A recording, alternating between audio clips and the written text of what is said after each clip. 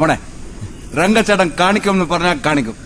നമസ്കാരം സുഹൃത്തുക്കളെ, ഫാൻഡം സിനിമയുടെ ചിത്രീകരണത്തിനിടയിൽ മമ്മൂട്ടിയുടെ നെഞ്ചിൽ ചവിട്ടുന്ന രംഗത്തിൽ അഭിനയിക്കാൻ നന്നേ ബുദ്ധിമുട്ടിയെന്ന് മനോജ് കെ ജയന്റെ വെളിപ്പെടുത്തൽ.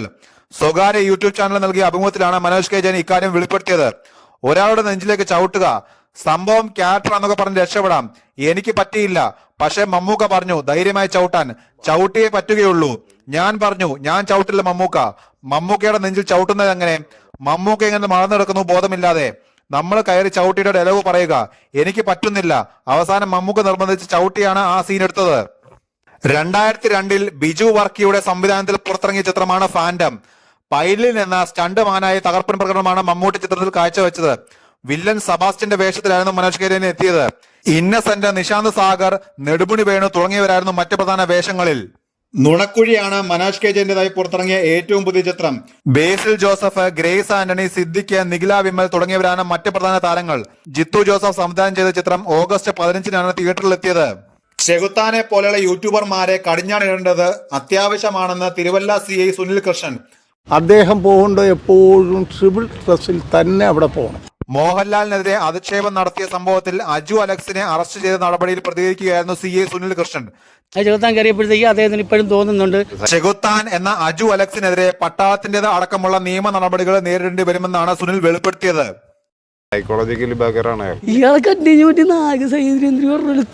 ഇങ്ങനെയുള്ള യൂട്യൂബേഴ്സിന് കടിഞ്ഞാണിടേണ്ടത് അത്യാവശ്യമായുള്ള കാര്യമാണ്. അഭിപ്രായ സ്വാതന്ത്ര്യമുണ്ട്, പക്ഷെ ഒരു വ്യക്തിയെയും അപമാനിക്കാനുള്ള സ്വാതന്ത്ര്യം ഇല്ല. ഇങ്ങനെയുള്ള നടപടികൾ എടുത്തെങ്കിൽ മാത്രമേ ഒരു പരിധിവരെ അവർ ഒന്ന് നിയന്ത്രണത്തിലാകൂ. ഹാർട്ട് പേഷ്യന്റ് ആണ് അവൻ എന്ത് ഹാർട്ട് പേഷ്യന്റ് ആയാലും ശരി, ഹാർട്ട് പേഷ്യന്റ് ഒക്കെ ചെയ്യണ പരിപാടിയാണ്. മാത്രമല്ല, അമ്മയുടെ ജനറൽ സെക്രട്ടറി സിദ്ദിഖ് പരാതി സൈബർ വിഭാഗത്തിന്റെ DGP ഹരിശങ്കർ സാറിന് അയച്ചു കൊടുത്തിരുന്നു. അദ്ദേഹമാണ് ഈ വിഷയത്തിൽ ശക്തമായ നടപടി വേണമെന്ന് പറഞ്ഞത്. പരാതി പത്തനംതിട്ട SP കൊടുക്കുകയും അദ്ദേഹം ഞങ്ങൾക്ക് കൈമാറുകയുമായിരുന്നു. വിഷ്വൽസും URL ലിങ്കും കയ്യിലുണ്ട്. ഈ വീഡിയോ റെക്കോർഡ് ചെയ്യാൻ ഉപയോഗിച്ച മൊബൈല്, ട്രൈപോഡ്, മോഡം തുടങ്ങി അതുമായി ബന്ധപ്പെട്ട എല്ലാ ഇലക്ട്രോണിക് ഉപകരണങ്ങളും സീസ് ചെയ്തിട്ടുണ്ട്. പോലീസിന്റെ നടപടിയാണ് തെളിവെടുക്കൽ. ഒരു കേസ് ഏറ്റെടുത്തു കഴിഞ്ഞാൽ അതിന്റെ തെളിവ് ശേഖരിക്കുക കേസന്വേഷണത്തിന്റെ ഭാഗമാണ്. അതിന്റെ ഭാഗമായാണ് അജുവിന്റെ വീട്ടിൽ പോയത്. ഇനി അമ്മയുടെ ജനറൽ സെക്രട്ടറിയുടെ സ്റ്റേറ്റ്മെന്റ് എടുക്കണം. ഇതുമായി ബന്ധപ്പെട്ട മറ്റുള്ള ആളുകളുടെയും സ്റ്റേറ്റ്മെന്റ് എടുക്കേണ്ടി വരും. വിക്ടോറിയൽ ആർമിയെ ആക്ഷേപിച്ചതിന്റെ പേരിൽ അവരുടെ ഭാഗത്തു നിന്നും, അതായത് ഡൽഹിയിൽ നിന്നും അജുവിനെതിരെ സിവിൽ സ്യൂട്ട് ഫയൽ ചെയ്യുന്നതായി അറിയാൻ കഴിഞ്ഞു. കൂടാതെ സിനിമാ മേഖലയിലുള്ള മറ്റ് ആളുകൾ മാനനഷ്ട കേസിനും പരാതി നൽകാൻ ഒരുങ്ങുകയാണ്. 4 വഴികളിലൂടെയും ചെകുത്താനുള്ള പണി വരുന്നുണ്ട്. മോഹൻലാൽ നേരിട്ട് വിളിച്ചിരുന്നു. മോഹൻലാൽ എന്ന വ്യക്തിയെ ആക്ഷേപിച്ചതിൽ അദ്ദേഹത്തിന് ഒരു പരാതിയുമില്ല. ഇങ്ങനെ ഒരു ആർമിയെ ആക്ഷേപിച്ചതിൽ അദ്ദേഹത്തിന് അതിയായ വിഷമമുണ്ട്. അദ്ദേഹത്തെ പോലെയുള്ള ആളുകളുടെ സാന്നിധ്യം ഒരുപാട് യുവാക്കൾക്കും മറ്റും പട്ടാളത്തിൽ ചേരാനുള്ള തീക്ഷ്ണമായ ആഗ്രഹം ഉണ്ടാക്കിയിട്ടുണ്ട്, CI സുനിൽ കൃഷ്ണൻ പറഞ്ഞു. MD വാസുദേവൻ നായരുടെ 9 കഥകളെ ആസ്പദമാക്കി ഒരുങ്ങുന്ന ആന്തോളജി സീരീസ് മനോരഥങ്ങൾ ഓഗസ്റ്റ് 15-ന് റിലീസ് ചെയ്യും.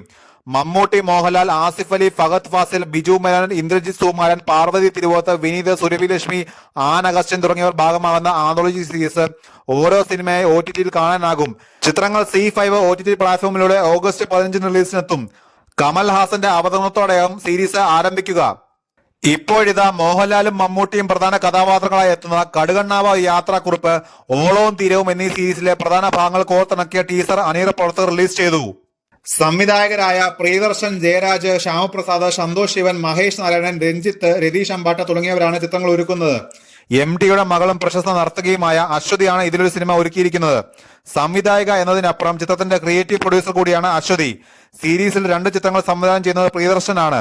പ്രിയദർശൻ സംവിധാനം ചെയ്യുന്ന ഓളവും തീരവും എന്ന ചിത്രത്തിൽ മോഹൻലാലാണ് നായകൻ. ശിലാലിഖിതം എന്ന ചിത്രത്തിൽ ബിജു മേനോനാണ് നായകൻ. ആന്തോളജിയിലെ കടുകണ്ണാവ ഒരു യാത്രക്കുറിപ്പ് എന്ന സിനിമ സംവിധായകൻ രഞ്ജിത്താണ് ഒരുക്കിയിരിക്കുന്നത്. MTയുടെ ആത്മകഥാംശമുള്ള PK വേണുഗോപാൽ എന്ന കഥാപാത്രത്തെ മമ്മൂട്ടിയാണ് ചിത്രത്തിൽ അവതരിപ്പിക്കുന്നത്.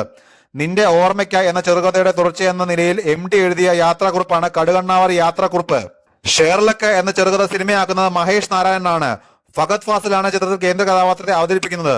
സിദ്ദിഖ് മുഖ്യവേഷത്തിലെത്തിയ അഭയം തേടി വീണ്ടും സന്തോഷ് ശിവനും, നെടുമുടി വേണു, സുരഭി, ഇന്ദ്രൻസ് എന്നിവർ അഭിനയിച്ച സ്വർഗം തുറക്കുന്ന സമയം ജയരാജൻ സംവിധാനം ചെയ്യുന്നു.